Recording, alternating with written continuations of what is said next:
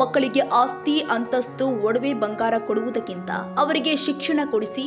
ನಾಗಲಕ್ಷ್ಮಿ ಚೌಧರಿ ಸಸಿಗೆ ನೀರು ಹಾಕುವ ಮೂಲಕ ಕಾರ್ಯಕ್ರಮವನ್ನು ಉದ್ಘಾಟಿಸಿದ್ರು ಮಹಿಳಾ ಆಯೋಗದ ಅಧ್ಯಕ್ಷೆಯಾದ ಡಾಕ್ಟರ್ ನಾಗಲಕ್ಷ್ಮಿ ಚೌಧರಿ. ಮಹಿಳೆಯರು ದೌರ್ಜನ್ಯಕ್ಕೊಳಗಾದ ಸಂದರ್ಭದಲ್ಲಿ ಪೊಲೀಸ್ ಇಲಾಖೆ ನೆರವಿಗೆ ಬರುತ್ತೆ. ಸಾರ್ವಜನಿಕರು ದೌರ್ಜನ್ಯಕ್ಕೆ ಒಳಗಾದ ಹೆಣ್ಣು ಮಗಳು 112ಕ್ಕೆ ಕರೆ ಮಾಡಿ ಸಂಪರ್ಕಿಸಬಹುದು ಅಂತ ಮಹಿಳಾ ಆಯೋಗದ ಅಧ್ಯಕ್ಷೆಯಾದ ಡಾಕ್ಟರ್ ನಾಗಲಕ್ಷ್ಮಿ ಚೌಧರಿ ಹೇಳಿದ್ದಾರೆ. ತಾಲೂಕಿನ ಕಸಬಾ ಲಿಂಗಸಗೂರು ಗ್ರಾಮದ ಶ್ರೀ ಕುಪ್ಪಿ ಭೀಮ ದೇವರ ಜಾತ್ರಾ ಮಹೋತ್ಸವದ ಅಂಗವಾಗಿ ಮುತ್ತೈದೆಯರಿಗೆ ಉಡಿ ತುಂಬುವ ಕಾರ್ಯಕ್ರಮವನ್ನು ಉದ್ಘಾಟಿಸಿ ಮಾತನಾಡಿದರು. ಸಮಾಜದಲ್ಲಿ ಅನೇಕ ರೀತಿಯಿಂದ ಮಹಿಳೆಯರ ಮೇಲೆ ದೌರ್ಜನ್ಯಗಳು ಕೂಡ ನಡೀತಾ ಇದ್ದು, ಯಾವುದೇ ಕಾರಣಕ್ಕೂ ಮಹಿಳೆಯರು ಎದೆಗುಂದದೆ 112ಕ್ಕೆ ಕರೆ ಮಾಡಿದ್ರೆ ಕ್ಷಣಾರ್ಧದಲ್ಲಿ ನಿಮ್ಮನ್ನ ರಕ್ಷಿಸುವ ಜವಾಬ್ದಾರಿ ನಮ್ಮ ಪೊಲೀಸ್ ಇಲಾಖೆ ಮಾಡುತ್ತೆ ಎಂದಿದ್ದಾರೆ. ಇಂದಿನ ತಂತ್ರಜ್ಞಾನದ ಯುಗದಲ್ಲಿ ವಿದ್ಯಾರ್ಥಿ ಜೀವನದಲ್ಲಿ ಇರುವ ಹೆಣ್ಣು ಮಕ್ಕಳು ಫೇಸ್ಬುಕ್, ವಾಟ್ಸ್ಆಪ್, ಇನ್ಸ್ಟಾಗ್ರಾಮ್ಗಳಿಗೆ ಬಲಿಯಾಗಬೇಡಿ. ಈ ಫೇಸ್ಬುಕ್, ಇನ್ಸ್ಟಾಗ್ರಾಮ್ ಪ್ರೀತಿ ಹೆಸರಲ್ಲಿ ವಿದ್ಯಾರ್ಥಿ ಜೀವನವನ್ನೇ ಹಾಳು ಮಾಡುತ್ತೆ. ಹೆಣ್ಣು ಮಕ್ಕಳ ಸುರಕ್ಷತೆ ನಮ್ಮ ಆಯೋಗದ ಬದ್ಧತೆಯಾಗಿದೆ. ಒಂದು ಹೆಣ್ಣು ನಗು ನಗುತ್ತಾ ಎಲ್ಲರ ಜೊತೆಗೂಡಿ ಅನ್ಯೋನ್ಯವಾಗಿದ್ರೆ ಆ ಮನೆ ಸ್ವರ್ಗದಂತಿರತ್ತೆ. ಹೆತ್ತವರು ನಿಮ್ಮ ಮಕ್ಕಳಿಗೆ ಆಸ್ತಿ, ಅಂತಸ್ತು, ಒಡವೆ, ಬಂಗಾರ ಕೊಡುವುದಕ್ಕಿಂತ ಅವರಿಗೆ ಶಿಕ್ಷಣ ಕೊಡಿಸಿ. ಜಿಲ್ಲೆಯಲ್ಲಿ ಬಾಲ್ಯ ವಿವಾಹಗಳು ಹೆಚ್ಚು ಕಂಡು ಬರ್ತಾ ಇದೆ ಎಂಬ ವರದಿ ಕೇಳಿ ಬಂದಿದ್ದು, ಅಂತಹ ಘಟನೆಗಳೇನಾದರೂ ನಡೆದಿದ್ದು ಕಂಡು ಬಂದ್ರೆ ಪಾಲಕರ ವಿರುದ್ಧ ಕಠಿಣ ಕ್ರಮ ಕೈಗೊಳ್ಳಲಾಗುತ್ತೆ. ಸರ್ಕಾರ ಮಹಿಳೆಯರಿಗೆ ನೀಡುವ ಅನೇಕ ಯೋಜನೆಗಳು ಇದ್ದು ಅವುಗಳ ಪ್ರಯೋಜನ ಪಡೆದುಕೊಳ್ಳಿ. ಫೇಸ್ಬುಕ್, ಇನ್ಸ್ಟಾಗ್ರಾಮ್, ವಾಟ್ಸ್ಆಪ್ಗಳಿಗೆ ಬಲಿಯಾಗಬೇಡಿ. ಈ ಫೇಸ್ಬುಕ್ ಪ್ರೀತಿ ಹೆಸರಲ್ಲಿ ವಿದ್ಯಾರ್ಥಿ ಜೀವನವನ್ನೇ ಹಾಳು ಮಾಡುತ್ತೆ. ಹೆಣ್ಣು ಮಕ್ಕಳ ಸುರಕ್ಷತೆ ನಮ್ಮ ಆಯೋಗದ ಬದ್ಧತೆಯಾಗಿದೆ. ನಿಮ್ಮ ಆವಾಜವನ್ನು ಕೇಳಿಸ್ದಾಗದ ಎಲ್ಲದಲ್ಲ ಈ ಕಡೆ ಇದ್ದಾರ. ನಮ್ಮ ಹೆಣ್ಮಕ್ಳನ್ನು ಕಾಪಾಡೋದು ಅವ್ರ ಮನೆ ಹೌದೋ ಇಲ್ವೋ? ಪೊಲೀಸ್ ಸ್ಟೇಷನ್ ಸೌಂಡ್ ಬರ್ತಿಲ್ಲ, ಸ್ವಲ್ಪ ಜೋರಾಗಿ. ಹೌದ್ರಿ ಹೌದ್ರಿ. ಅಪ್ಪ ಅಮ್ಮ ಬರಕ್ ಮುಂಚೆ ಹೊಡಿತಾ ಇರೋ ಗಂಡನ್ನ ಕೈ ಹಿಡಿದು ಹೊಡಿಬೇಡ, ನಿಮ್ಗೆ ಯಾರೋ ಅಧಿಕಾರ ಕೊಟ್ಟಿರೋದು ಅಂತ ಹೇಳಿ ಮೊದಲು ನಮ್ಮನ್ನ ಕಾಪಾಡೋದೇ ಪೊಲೀಸು. 10 ನಿಮಿಷದೊಳಗಡೆ ನಿಮ್ಮ ಹತ್ರ ಬರ್ತಾರೆ, ನಿಮ್ಮನ್ನ ಕಾಪಾಡ್ತಾರೆ. ಆ ನಂಬರ್ ಯಾವುದು? ಯಾವ ನಂಬರ್ ಮಾಡ್ತೀರಾ ನೀವು? ಗಂಡು ಮಕ್ಕಳು ಹೇಳ್ಬೇಡ್ರಿ, ಹೆಣ್ಣು ಮಕ್ಕಳು ಕೇಳ್ಸೋಣ. ಹೇಳ್ರಿ.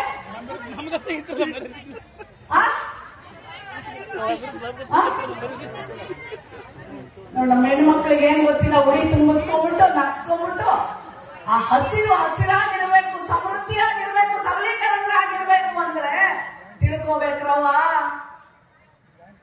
ಅಂಬೇಡ್ಕರ್ ಅವ್ರು ಮಾತು ಹೇಳ್ತಾ ಇದ್ರು, ಜ್ಞಾನ ಬದುಕು, ಅರಿವು ಬದುಕು, ಅಜ್ಞಾನ ಸಾವು ಅಂತ. ನೀವು ತಿಳ್ಕೊಳ್ಳಿಲ್ಲ ಅಂದ್ರೆ ಅದು ಸಾವಿಗೆ ಸಮಾನ.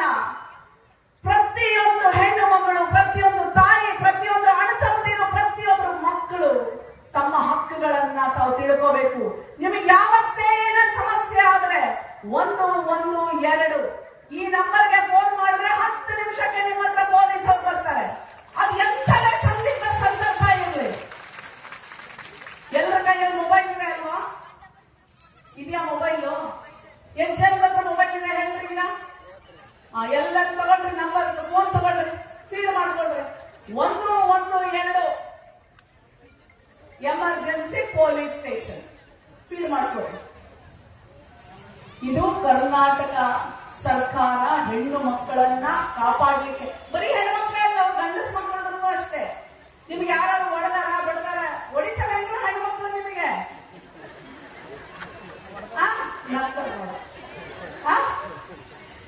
ಬಾರಿ ಕಮ್ಮಿ. ತಾಯಿ ಆದ್ರೆ ಮಾತ್ರ ಹೊಡಿತಾಳೆ, ಹೆಂಡತಿ ಹೊಡೆದ್ರೆ ನೀನ್ ನನಗೆ ಹೊಡೆಯೋಷ್ಟು ಸೊಕ್ಕು ಬಂತೆ ನಿನಗೆ ಅಂತಾರೆ. ಮತ್ತೆ ನಮ್ಮ ಈರಮ್ಮ ಅವರು ಎಷ್ಟು ಚಂದ ಹೇಳಿದ್ರಪ್ಪ, ಮಡಿಲಿಗೆ ಉಡಿ.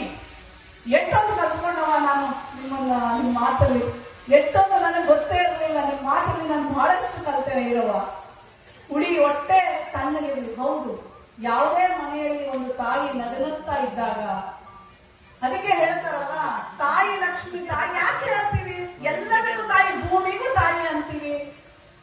ಒಬ್ಬ ರೈತ ಎಲ್ಲ ಫಸಲು ಬಂದಿದ್ರೆ ಆ ತಾಯಿಗೂ ತಾಯಿ ಅಂತೀವಿ. ತಾಯಿ ಚೆನ್ನಾಗಿರ್ಬೇಕು. ಅದಕ್ಕೆ ಹಸಿರು ಸೀರೆ ನನಗೂ ನನ್ನ ಮನೆಗೆ ತನ ಕಳಿಸ್ಕೊಟ್ರು ಸೀರೆ ಸ್ವಾಮೀಜಿ. ಬಹಳ ಖುಷಿ ಆಯ್ತು. ನಿಮ್ಮನೆ ಮಗಳು ಅಂತ ನಮ್ಮ ತಹಶೀಲ್ದಾರ್ ತಾಯಿ ನೋಡಿ, ಅವರು ನಾನಿಬ್ರು ಒಟ್ಟಿಗೆ ಒಂದೇ ಕಲರ್ ಉಟ್ಕೊಂಡಿದ್ದೀವಿ. ಅಂದ್ರೆ ನನಗೆ ಕಳಿಸ್ಕೊಟ್ರು ಬೆಂಗಳೂರಿಗೆ. ನಾನು ಕೂಡ ನಿಮ್ಮನೆ ಬಂದೀನಿ ಅಂತ. ಇನ್ನೊಂದ್ಸಲ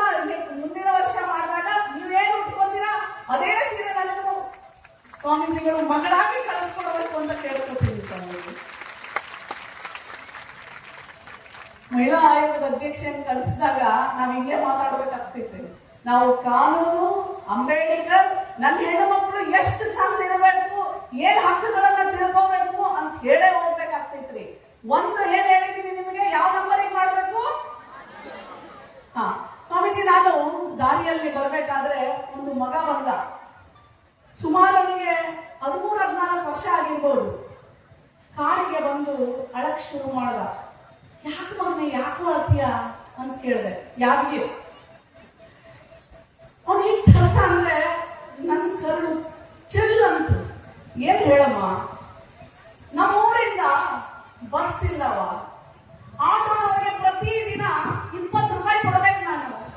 ನಮ್ಮಪ್ಪ ಕುಡುಕ, ನನ್ನ ತಾಯಿಗೆ ಹುಷಾರಿಲ್ಲ, ನಾನು ಓದಬೇಕು, ನಾ ಹೆಂಗ್ ಮಾಡ್ಲಿ ಅಂತ ಅಂದಾಗ ಅಲ್ಲೇ ಸ್ಥಳದಲ್ಲೇ KSRTC DC ಯಾದಗಿರಿ ಜಿಲ್ಲೆ ಅವರಿಗೆ ಫೋನ್ ಮಾಡಿ ಮಾತಾಡಿ, ನಾಳೆನೆ ಆ ಊರಿಗೆ ಬಸ್ಸು, ಅಲ್ಲಿಂದ ನೀವು ನನಗೆ GPS ಲೊಕೇಶನ್ ಕಳಿಸ್ಬೇಕು ಅಂತ ಹೇಳಿದ್ರು.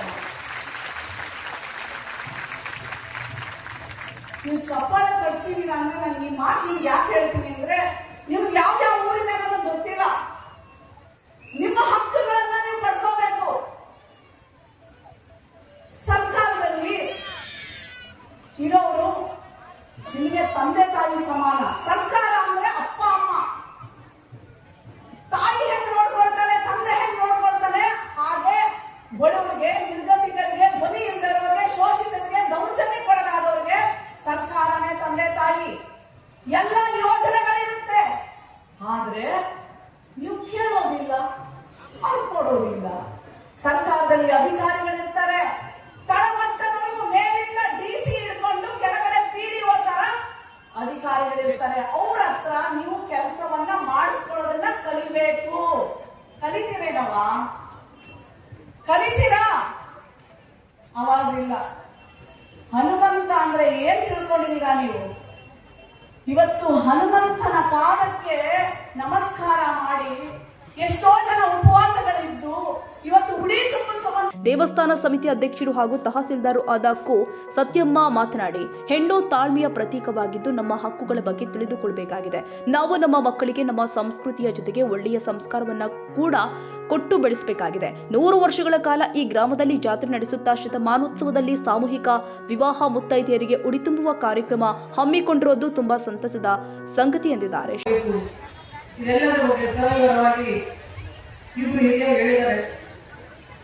ಎಲ್ಲರೂ ಹೇಳ್ತಾ ಇರ್ತೀವಿ, ಕೊನೆ ಅಂತ ಎಲ್ಲಿ ನಿಂತಿರ್ತೀವಿ ನಾವು ಪಾಲನೆ ಮಾಡೋದ್ರಲ್ಲಿ ನಿಂತಿರ್ತೀವಿ.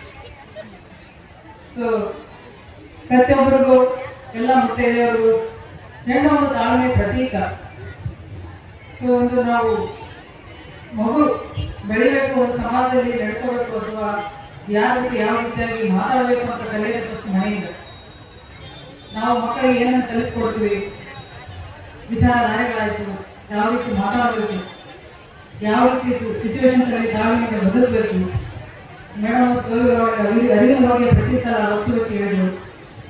ಪ್ರಸ್ತುತದಲ್ಲಿ ನಡೆಯುವಂತಹ ಒಂದು ವ್ಯವಸ್ಥೆಯಲ್ಲಿ ನಾವು ಸುಮಾರು 70-75-76 ವರ್ಷಗಳ ಕಾಲ ಸ್ವತಂತ್ರ ಒಂದು ಸಹ ಎಲ್ಲ ಒಂದು ಕಡೆ ಇವಾಗಲೂ ಬದಲಾದ ವ್ಯವಸ್ಥೆಯಲ್ಲಿ ಸಮಸ್ಯೆಗಳು ಕೂಡ ಹಲವು ರೂಪಗಳನ್ನು ಪಡ್ಕೊಳ್ತಾರೆ. ಅದರಲ್ಲಿ ಕೂಡ ನಾವು ಯಾವ ರೀತಿಯಾಗಿ ನಮ್ಮನ್ನು ನಾವು ಅರ್ಥಕೊಂಡು ನಮ್ಮ ಮೇಲೆ ನಡೆಯುವಂತಹ ಅನ್ಯಾಯಗಳ ಬಗ್ಗೆ ಯಾವ ರೀತಿ ಇರುವಂತಹ ಸವಿಗಳಾಗಿ ಈಗಾಗಲೇ ಹೇಳಿದ್ದಾರೆ. ಸೊ ಪ್ರತಿಯೊಬ್ಬರಿಗೂ ನಾನು ಒಂದೇ ಮಾತು ಹೇಳಕ್ ಇಷ್ಟಪಡ್ತೀನಿ, ತಿಳ್ಕೊಬೇಕು. ನೀವು ಸೆರಗಿನಿಂದ ಕಾಲು ಒರೆಸ್ತೀವಿ, ಒಳಗ್ ಕರ್ಕೊಂಡು ಬಂದು ಕುಂದಿಸಿ, ಚಾಪಿ ಮೇಲೆ ಕುಂದಿಸಿ, ಅಡ್ಡಣಿಗೆ ಹಾಕಿ ಊಟಕ್ಕೆ ನೀಟಿ ಬೀಸಣಿಕೆಯಿಂದ ಬೀಸ್ತೀವಿ ಅಂತೀವಿ. ಅಂಗಿಯ ಮೇಲೆ ಅಂಗಿ ಚಂದೇನೋ ಅನ್ನದಾಯ, ಅಂಗಿ ಮೇಲೆ ಅವನ ಅಂಗಿ ಉಟ್ಕಂತಾನೇನಲ್ಲೇ ಹುಚ್ಚ ಅಂತಾನೆ. ಒಂದ್ ಅಂಗಿ ಮೇಲೆ ಇನ್ನೊಂದ್ ಅಂಗಿ ಉಟ್ಕೋಬಾರ್ದು. ಅಂಗಿಯ ಮ್ಯಾಲಂಗಿ ಚಂದೇನೋ ಅನ್ನದಾಯ, ರಂಭೆಯ ಮೇಲೆ ಪ್ರತಿರಂಭೆ ಬಂದರೆ ಚಂದೇನೋ ನಾಯ. ಮನ್ಯಾಗ ರಂಭೆ ಇದ್ದಂಗ ಅದೀನಿ, ನಿನಗೇನಲ್ಲೇ.